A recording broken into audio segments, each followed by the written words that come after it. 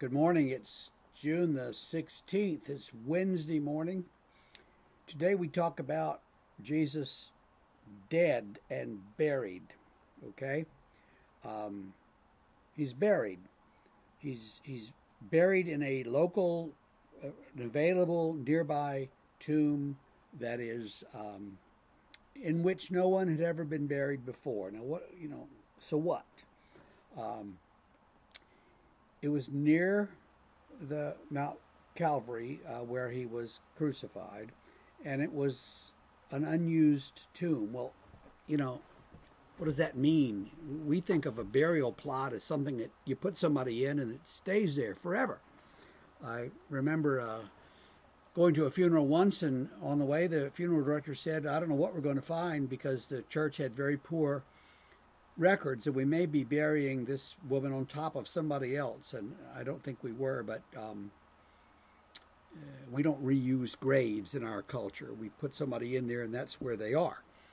In those earlier cultures, they would put your body in a cave, usually with a shelf chipped out of the wall of the cave. They put it on there, and there you would stay until there was nothing left of you but your bones. And the bones would be carefully collected and put in a box called an ossuary, and maybe your name would be written on the box. And that would be put somewhere else, and that tomb could be used again, some other person who died. So Jesus is the first one to be buried in this tomb, and it was right nearby, which leads me to believe that the place that the church traditionally said is his burial place is a cave that's now underneath the Church of the Holy Sepulchre. Um, Friends of mine have been to Jerusalem and Israel, and they prefer to think of it as the Garden Tomb, which is out in the countryside somewhere, a beautiful garden, and there's the picture you've all got of the hillside and the tomb and a big round stone that is rolled away to the side. That's very picturesque, um, and that may be what it looked like in the first century. But now, of course, there's been a church built over it that's been expanded 17 times over the history. So we don't know precisely where he was, but I tend to think that the early church knew more than we know about these things, and that's where it in fact was. Um, he was buried there, and that's where he stayed until Easter morning. Um, there's no there's no record of anything else. There's discussion of what the Romans typically did with the body, which was just to take it off the cross and throw it down the hill. Um, that's not what happened to Jesus. We have records in the gospel of pretty reliable sources that people went and asked Pilate specifically, could they have the body and bury it? In those days when they buried you, they wrap you in cloth and with a lot of spices and things, so you'd smell better as you decomposed.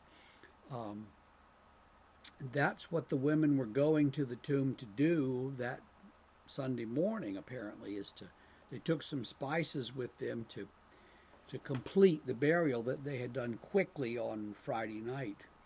Um, so so Jesus is buried just sort of loosely wrapped in this long sheet of cloth. It's folded over him, and something's wrapped around his head. Um, that cloth, of course, was lost to history. There's the Shroud of Turin, which is in a storage in a church in Turin, Italy, um, where it's been for 800 years or so. And its provenance is a little shaky, but it's traditionally believed that that is the burial shroud of Jesus. And that's the one with the strange image on it. And it's a three-dimensional image. It's not a photographic negative or anything.